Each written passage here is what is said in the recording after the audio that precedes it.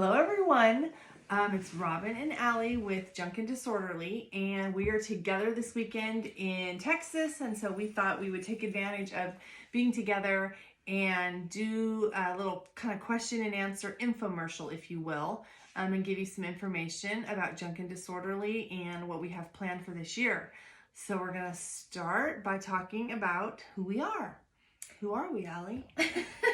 So kind of like my mom said, we feel like we have a lot of things going on right now and kind of wanted to talk about all of that in one cohesive place so that all of the information can be kind of absorbed at one time, I guess. So the first thing we want to talk about is who we are. Like my mom just said, Robin and Allie Spears. We are a mother-daughter team. We started this journey, I guess, really about 3 years ago, kind of with a different name and vision initially, I think. And it's kind of the initial evolved. concept kind of started 3 years ago, but then it's really been Allie and I as a team for the last year and a half, a little bit, yeah. And last year we decided to completely rebrand into kind of our own thing, and with that choose some different avenues, I guess, to take the business.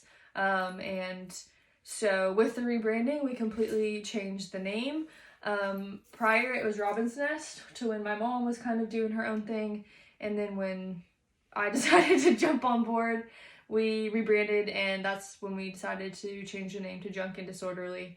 I think our name has probably been I want to say the biggest thing. But then we got Highland Cattle, so that could be trump that now. Well, and the name Junk and Disorderly was an interesting how we came to that name. So Allie had just turned 21 or recently turned 21, and I had said, we need a name that's a little more exciting, and our name's just kind of, Robin's Nest. There's a lot of Robin's Nests. Yeah. So she came up with Junk and Disorderly and a list of other names, and I kept going back to that name, and I'm like, there's something about that really spoke to me. If you could see us before we do barn sales, it is a disorderly mess. Yeah. And I have breakdowns usually right before we do the barn sales. I never think it's going to come to fruition, and then I don't know what happens, but somehow it all comes together, and it is sort of a disorderly mess, and then it all turns really great. So I felt like Junk and Disorderly really kind of was, and just we have so many different things going on. I felt like Junk and Disorderly really kind of was our name. Like that was the name we were supposed to have. Yeah. And people love that name, and we've gotten a lot of attention because of our name, and we're trademarked now. It's our name. Yeah. So that was a really big, exciting thing that happened for us in January. Yeah, that was a huge deal. Trademark process is a lot more involved than I ever would have thought it was. Yeah. So that was a journey within itself of kind of getting that all done, but we really wanted it to be ours, and once we kind of decided on that name, which it took a while to kind of decide on the perfect name, and once we came up with that, we wanted to make sure that it was ours and that nobody else could take it, and so doing the trademark thing was just kind of the next step in all of that. And then our brand, or our logo, I guess I should say, was actually also kind of a trial and error happening. We started with this truck that we were like, oh my god, it's so cute, nobody will have this, and then as soon as we started looking into things, like that's literally everyone had a truck. Yeah, that's the logo for vintage companies. So we were like, okay, we gotta be more creative than this. My mom grew up on the same property that they live on now, so always had kind of an agriculture and rural background. My dad the same way. Is it still recording? Yeah, okay, sorry. My dad the same way, and they kind of raised my brother and I, in the country, and we grew up showing livestock and always having kind of, a passion for agriculture. And our roots are in agriculture. Yes, and we raise cattle, and we raised Angus, and I raised Herefords and Maines. And I made a mistake when I was doing a little video out at the ranch. There's Simmentals out there too. Yeah, and I was reminded by Darren that we have Simmentals too. So. Yeah. And then y'all raised pigs at one point. So we've kind of done it all from the the livestock standpoint, but we kind of fell in love with the Highland cattle, just because, first of all, they're so stinking cute, and I feel like they just have like their own unique personalities, which, I mean, I showed cattle, so all of those cattle had their own personalities too, but I feel like they just show their personalities in a very different way. They're almost pet-like. Yeah, like big fuzzy dogs. They're really large, majestic, really cool. And I mean, we've raised hundreds and hundreds of head of cattle, and there's something about the Highlands that I am drawn to. So we found a picture, I believe, of a Highland cow with the horns, that one horn was going up and one horn was going down, and we were like, oh my god, that needs to be part of our logo. Yeah. And we thought, go ahead. No, you go ahead. Oh. We thought it fit with the whole disorderly thing too. You know, like, we're not perfect by any means, and when we saw the Highland heifer with crooked horns, we were like, oh my god, this is perfect. Imperfectly perfect, sort of. Yeah. And so we just thought it went with our kind of mantra and what we were going for, and so that's kind of how our logo became what it is. And we always had said, when we found put the logo together, and we had a company that, you know, helped us with Ranch House Designs, did our logo for us, and we always thought, oh my god, it would be so cool to have Highlands. And at the time, you know, as I said in the video, for those of you who saw it, Darren kept saying, no way, no way, no way, we're not getting Highlands. And I kept holding out that one day, we're going to get Highlands. And so then this year, with our trademark finally being official, and I think he just was, you know, he wanted to really surprise us with something that was totally, like, not in a million years were we expecting it. So then the surprise of getting the Highlands was huge for us. Like, we were so excited, and we have a lot of ideas of how we want to incorporate them into what we're already doing. The fact that they're both going to calve soon, and probably before the first barn sale. Super excited about that, and how we can share that with the people who come to our barn sales. And I really feel like you guys have been super excited about it. So we were really happy with the response that we got from our videos, because we thought, we were so excited, and we thought, what if people are like, great, they got some cows. But it appeared that you guys were as excited as, at least a little bit as excited as we were. So we want to do some education with them and teach you about the breed. And then when those babies come, you're going to want to touch them and hold them and pet them. And so we're hoping that we can do all of that also. Yes. Yeah, we have some big plans hopefully in store for the barn sale. We don't want to say too much because we don't want to jinx ourselves, but if everything goes to plan, you guys will definitely not want to miss out on the barn sale. There's going to be some really fun stuff, hopefully with the Highlands, but then potentially some other baby farm animals as well. We have some other things in the works for other, we want to make it an experience, not just come and buy, but come and really learn about agriculture. There are so many misconceptions about agriculture out there, and it's really frustrating when you're in agriculture and you hear these misconceptions.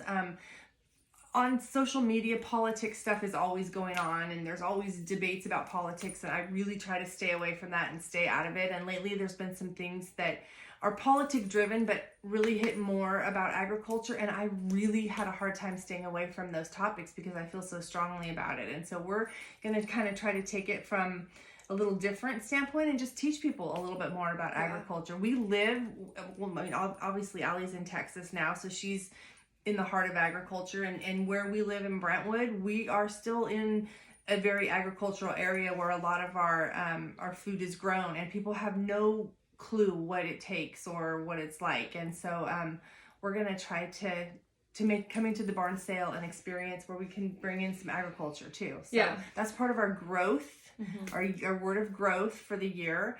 We picked a word for this year that we wanted to try to kind of keep as our guiding light, sort of. And so growth was that word. And so we're trying to grow as a business. We're trying to grow our barn sales. We're trying to grow our, client base, the products that we're bringing to you, our junk journeys.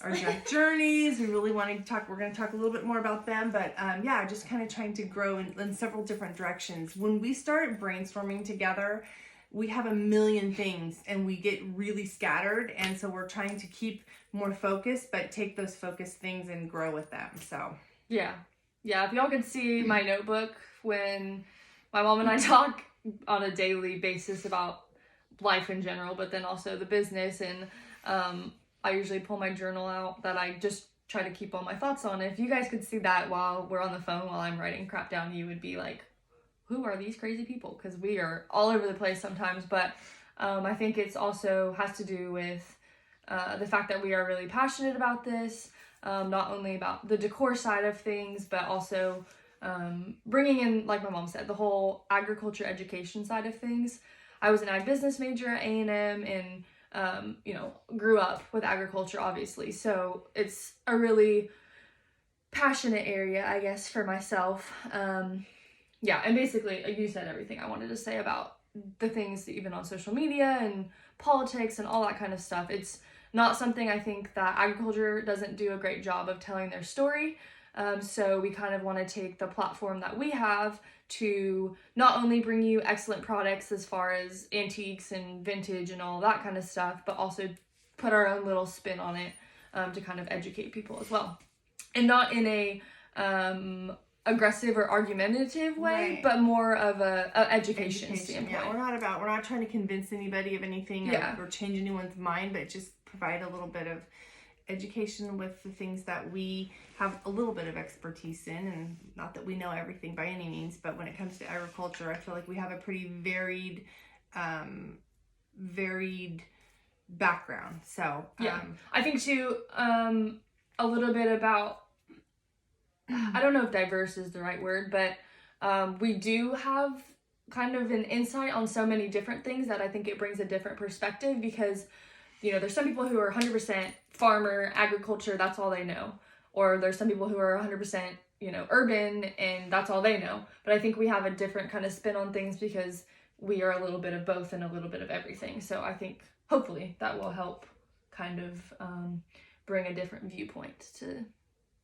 And I think this grew out of our need to not just want to have a sale and sell things to people, but really have it be an experience. Yeah, like the fact that we live on a farm, we have animals.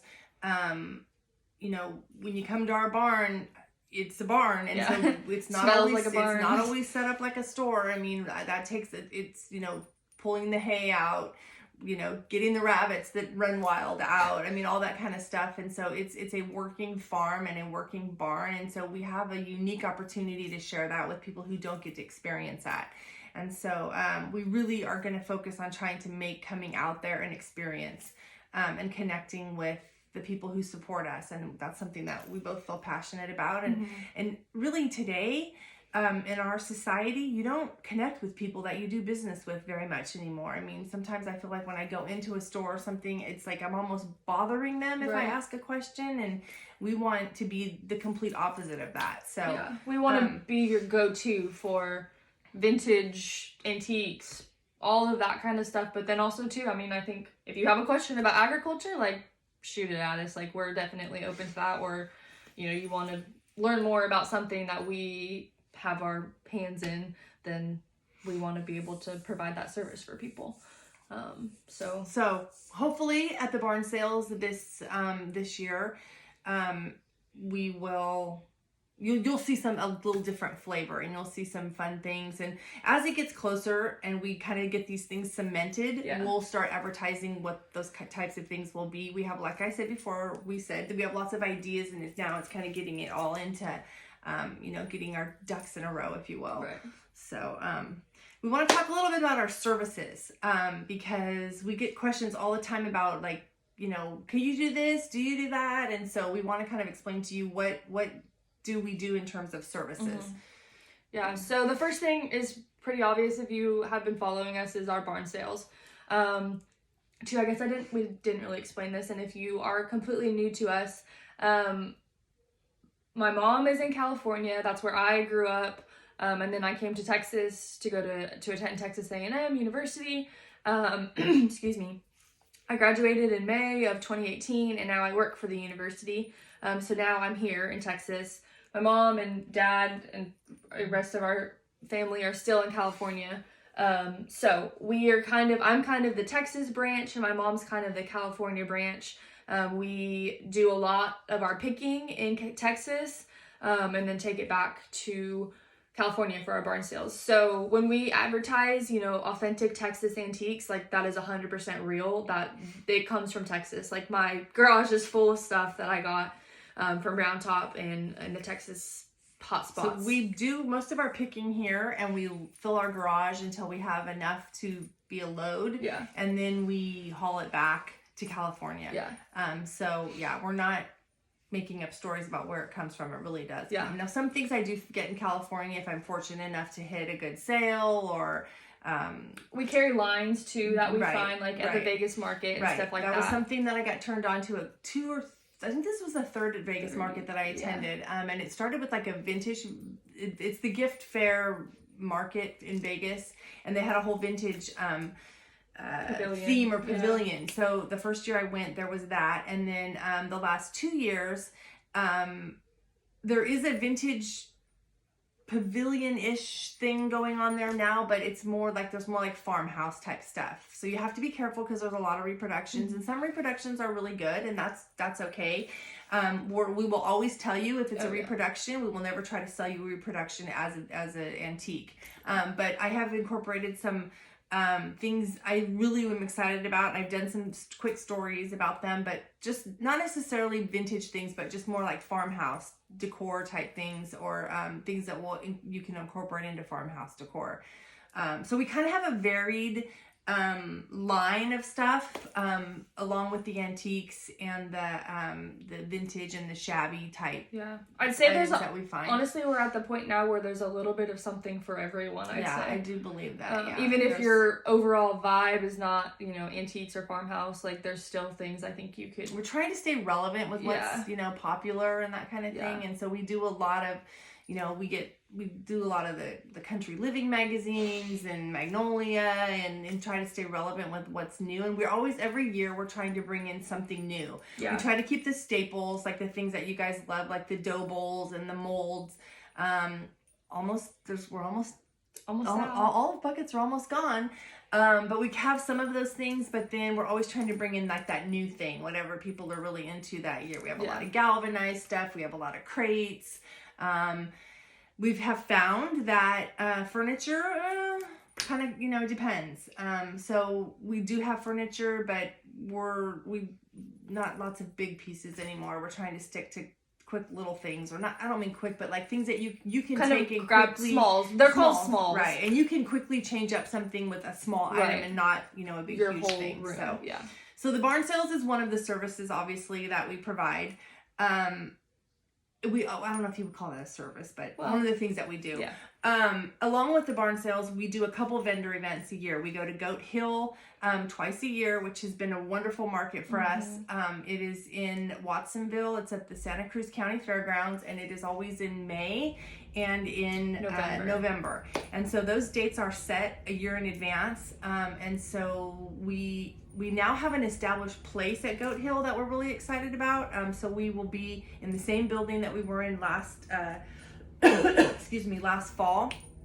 And we'll put that out soon so that if you're going to Goat Hill, you'll know. But it's a super fun event if you haven't been to that. They have literally 3 buildings of vintage. And at that particular sale, we only bring the vintage things because they don't want reproductions because they're advertising it as a vintage. Yeah, they have rules really about that. Guidelines. And so you can feel assured that anything we bring there is going to be vintage, antique.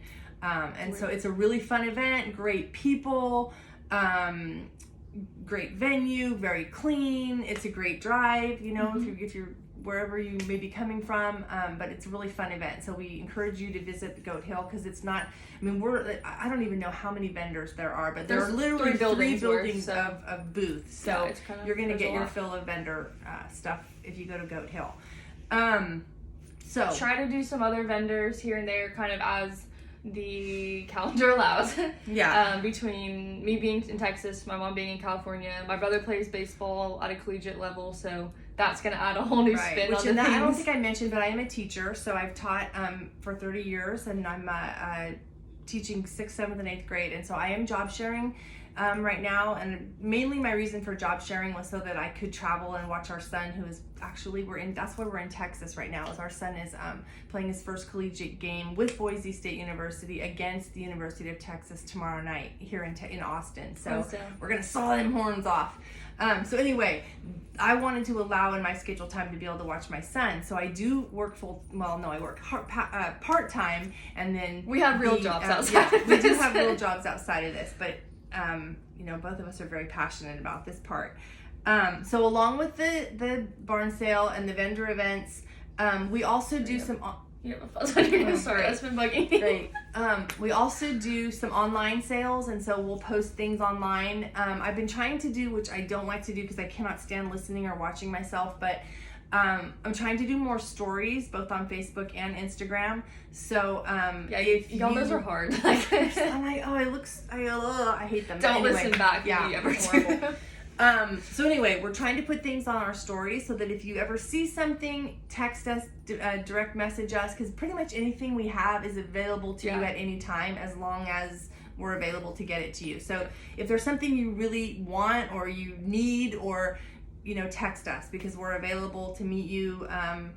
Or I leave things out. People will make arrangements with me to come and get things. So anything is for sale at any time. Yeah. You don't have to wait for a barn sale. And so that's why we're trying to put more things in our stories and online so that you can kind of see that, because I know with a barn sale only twice a year right now, it's difficult. I have something in the works for maybe being a little more, not permanent, but maybe being able to have barn sales a little more often. So we have to get through this first barn sale this year and see how it goes. And then we may be able to expand that also. And potentially like shopping by appointments or stuff like that.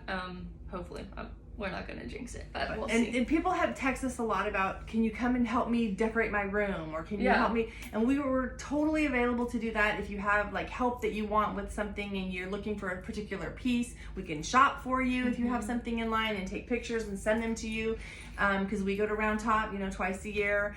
But we're more than willing to help you decorate a space or help you style a space if you have those kinds of needs also. Yeah. And then that brings us to like our big thing, what we really wanted to talk about. And I didn't want this to be too long. Now but it's getting really long. It's getting too long. So if you're with us still at this point, thank you. Sorry. We have gotten way longer winded than I anticipated on this, but we just feel like we needed to say what we've said. So that kind of brings us to our grand finale of the Junk Journeys. We love Round Top, if you didn't know that by now. We call it the junk mecca of, the happiest place on earth. Disneyland can't hold a candlestick to Round Top, if you ask me. But we have decided that we have spent enough time in Round Top that we think this is self-proclaimed, I guess, but we kind of feel like we've become Round Top experts as far as the places to shop, as far as the prices that you're going to pay at the different locations, who has the best stuff, where the best food is, all of that kind of stuff. When you're sweating to death and you need a margarita, we know where to go.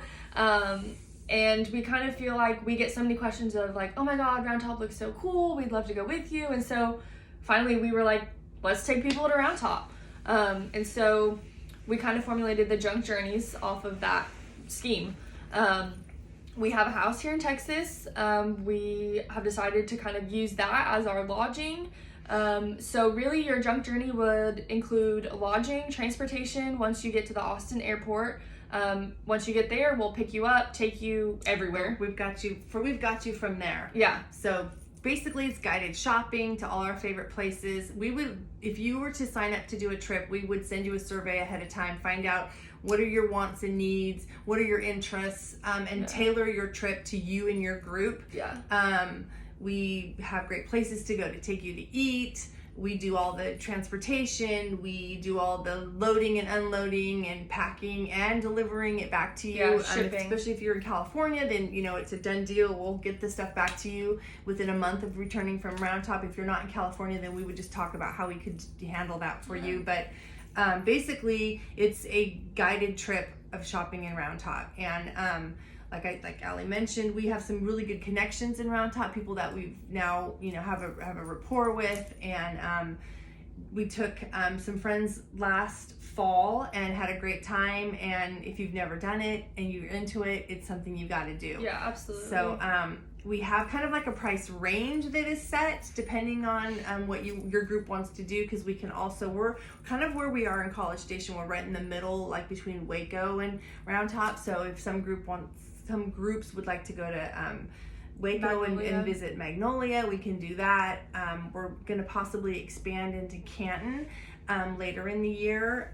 So we're trying to get the Junk Journeys kind of off the ground, because I think once people do it and find out how fun it is, I think it'll really catch on. So even if you're just curious and want information, text us, direct message or email, and we'll get information back to you. And we're pretty open to doing whatever your group would like to do. It would be a really fun bridal shower, or bachelorette party, or Mother's Day gift. Yeah, I mean, birthday, yeah. Or if you just want to have a girls' weekend. Right. So I think we've said way too much. much. You're still with us. We love you. But anyway, those are the things that we're trying to get going this year. We wanted to just we're actually together for a moment, so we thought this would be a good time to also come together and speak to you at the same time. Yeah. Can you think of anything else? I think we've said it all. I think we've said it all. So thanks for watching. Don't hesitate to reach out to us and like and follow on Instagram. Yes. And get on our mailing list, because we send out a monthly newsletter and let you know what things are going on and what's coming up. And it's a great way for us to have communication with you that's not necessarily social media based. Right. So yeah. Thank all you. right. Thank y'all. Bye.